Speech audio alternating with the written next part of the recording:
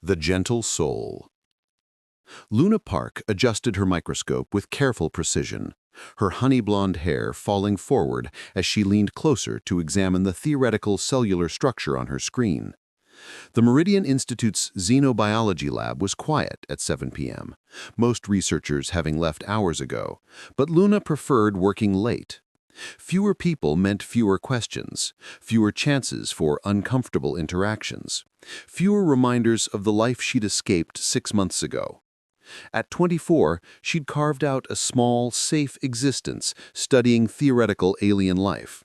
Organisms that might exist on distant planets, biological systems that could evolve under different atmospheric conditions, cellular structures that would challenge everything humans understood about life itself. It was perfect work for someone who wanted to lose herself in possibilities rather than face her reality. "Still here, Luna?" Dr. Chen called, passing by the lab.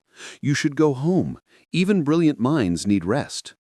Luna smiled softly, the gentle, sweet smile everyone at the Institute knew. Just finishing up, 10 more minutes. But it wasn't 10 minutes. It was never 10 minutes.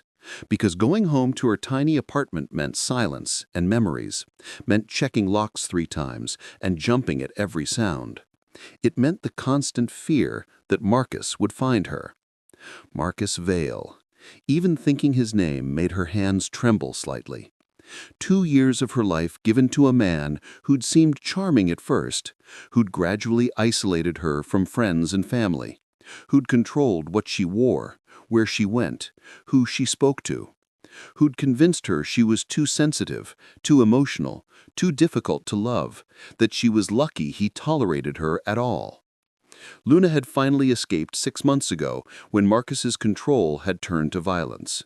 She'd left everything, her apartment, most of her possessions, her position at their shared research facility, and started over at the Meridian Institute under her mother's maiden name, Park instead of Harper, a small change that gave her breathing room. She was so absorbed in her work that she didn't hear the lab door open, didn't register the footsteps until a voice made her blood turn to ice. "Hello, Luna," or should I say, Harper. "Did you really think changing your name would keep me from finding you?" Luna spun to find Marcus standing in her lab, his handsome face arranged in that familiar expression of wounded concern that had manipulated her for so long. He was tall, conventionally attractive with sandy hair and blue eyes, wearing an expensive suit that his family's money had bought. But Luna saw past the attractive exterior now, saw the calculation and need for control that lurked beneath. "How did you find me?" Her voice came out barely above a whisper. "We need to discuss this rationally. You ran away in a moment of emotional instability. I forgive you, but Luna, you belong with me. I made you who you are, shaped your research, guided your career. Without me, you're just a timid little girl playing at science." Those words would have destroyed her 6 months ago, would have made her doubt everything she had accomplished, would have pulled her back into his orbit. But something had changed in Luna during these months of freedom. She'd remembered who she was before Marcus, brilliant, passionate about her work, capable of independent thought. "I don't belong to anyone," Luna said, her voice stronger. "I want you to leave, now, or I'm calling security." Marcus's expression shifted. That flash of anger he'd always hidden until she was too entangled to escape easily. "You'll call security. Luna, be realistic. I have connections at this institute. I know people on the board. One phone call, and your position here disappears. You think you can survive without me? You're too soft, too gentle. The world will eat you alive." Luna felt tears burning behind her eyes, not from sadness, but from rage at how he still tried to diminish her, how he still attempted to make her small and manageable. "She said leave." A voice cut through the lab like a blade, deep and commanding and absolutely certain. Luna's head jerked toward the door where Dr. Kai Sterling stood, the Meridian Institute's director, the brilliant and notoriously private scientist who'd built this research center from nothing.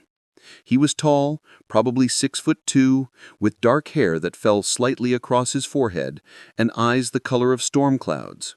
He moved with an unusual grace, each step economical and purposeful, radiating controlled power despite the civilized setting. Luna had worked for Kai for 6 months, admiring him from a distance, but barely exchanging more than professional courtesies.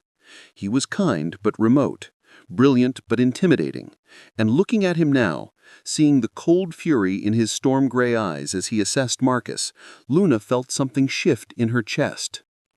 "This is a private conversation," Marcus said, his confidence faltering slightly, "between me and Luna. No, this is trespassing. This is harassment. This is you leaving immediately before I have you forcibly removed." Kai moved between Luna and Marcus with deliberate positioning that made clear who he was protecting. "Miss Park has made her wishes clear. You're no longer welcome here." "And who are you to her? Some white knight playing hero?" Marcus's voice dripped with disdain. "I'm her employer, which means her well-being is my responsibility." Kai's voice remained calm, but something dangerous flickered in his expression. "Security will escort you out. If you return, I'll have you arrested for trespassing and take out a restraining order on Luna's behalf." Luna stood frozen, watching this confrontation unfold. No one had ever defended her from Marcus before. No one had ever made her feel like her safety mattered more than keeping the peace. "This isn't over, Luna," Marcus said, backing toward the door but keeping his eyes on her. "You can't hide forever, and when you realize you need me, and you will, I'll be waiting." Kai gestured, and 2 security guards appeared to escort Marcus out. Once he was gone, Kai turned to Luna with an expression that was no longer cold but concerned. "Are you all right?" Luna nodded, but her hands were shaking. Now that the immediate danger had passed, adrenaline was crashing through her system. "How did you know to come here?" "I've been aware of your situation for some time. I notice when my researchers are looking over their shoulders, when they flinch at loud noises, when they work late because going home feels unsafe. I've been having security monitor the building for anyone matching his description." Kai's jaw tightened. "I should have anticipated he'd find you through your publication. That was my oversight." Luna felt tears spilling over despite her best efforts to contain them. "I'm sorry. I didn't mean to bring my problems here." "Stop." Kai's voice was gentle but firm. "You have nothing to apologize for. Marcus Vale is the problem, not you. Never you." He pulled out a handkerchief, an old-fashioned gesture that made Luna's heart squeeze, and offered it to her. As their fingers brushed during the exchange, Luna felt something electric pass between them. Kai's eyes widened slightly, as if he'd felt it too. "Come with me," he said quietly. "My office. We need to discuss your safety and your future here. Because, Luna, I meant what I said. You don't have to run anymore, but you do need protection, and I'm prepared to offer it, if you'll trust me." Luna looked into his storm-gray eyes and saw something there that made her breath catch. Concern, yes. Protectiveness, certainly. But underneath, burning steady and certain, recognition, as if Kai Sterling had been waiting for her as long as she'd been running. "Okay," she whispered. "I trust you." As Kai led her from the lab, his hand, gentle but steady on her elbow, Luna felt the first stirring of something she'd thought Marcus had destroyed. Hope that maybe, just maybe, she could stop being afraid and start being herself again. She had no idea how right she was, or how much more complicated the truth would turn out to be. The truth emerged.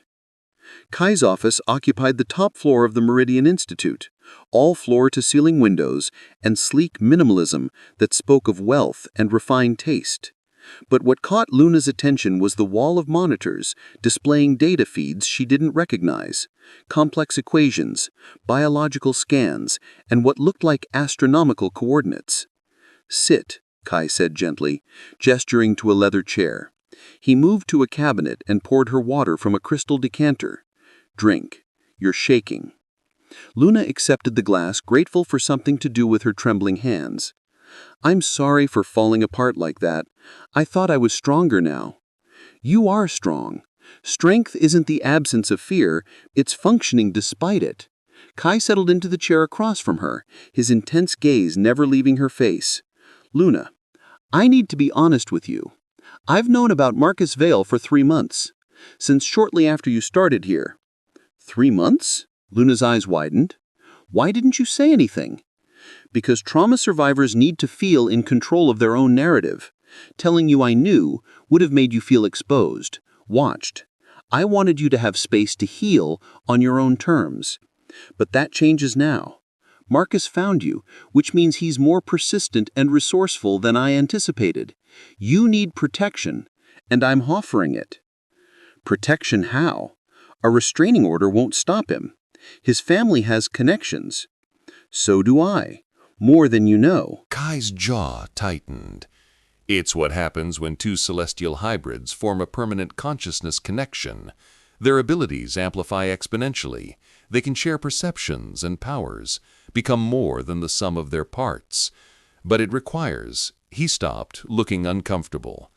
Complete merging, Arya finished. Consciousness, emotion, and physical intimacy across dimensional boundaries. You must unite in every way two beings can, allowing your celestial natures to entangle permanently. Luna felt heat flood her face. You're saying we need to bond to survive Marcus's attack? I'm saying you need to bond to become powerful enough that Archon can't exploit you. Separately, you're vulnerable. Together, quantum bonded, you'd be formidable. Arya studied them both.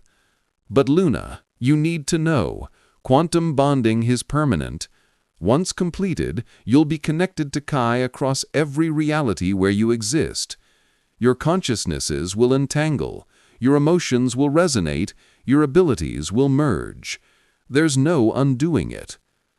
Luna looked at Kai, seeing conflict in his expression, desire warring with obvious concern for pressuring her. Kai? He won't force this on you, he said firmly. Not after what Marcus did, not after how he manipulated and controlled you. If we bond, it has to be your choice, Luna. Freely made. No coercion. Even if it means we're captured tomorrow? Even then, because forcing an irreversible connection out of fear would destroy what's real between us. His hand cupped her face gently. And something is real, Luna. I've felt it since you started here.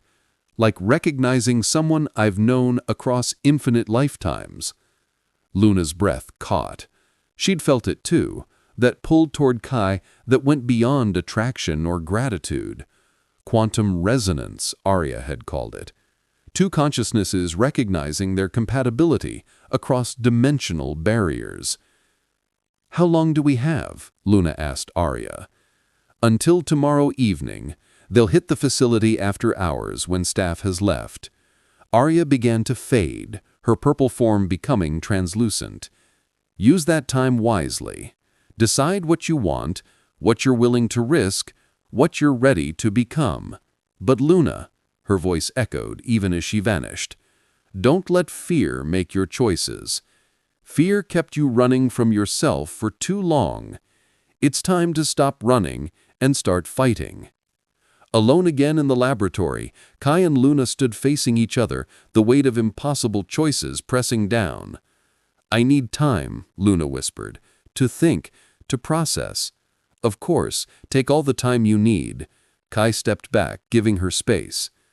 But Luna, whatever you decide, know this. My feelings for you are real. Quantum bond or not, I care about you, deeply. And I'll protect you tomorrow regardless of what choice you make. Luna nodded, but her mind was spinning. She'd spent 2 years with Marcus, learning that relationships were about control and manipulation. Now Kai was offering something completely different. Partnership, power, permanent connection built on mutual choice. The question was whether she was brave enough to take it.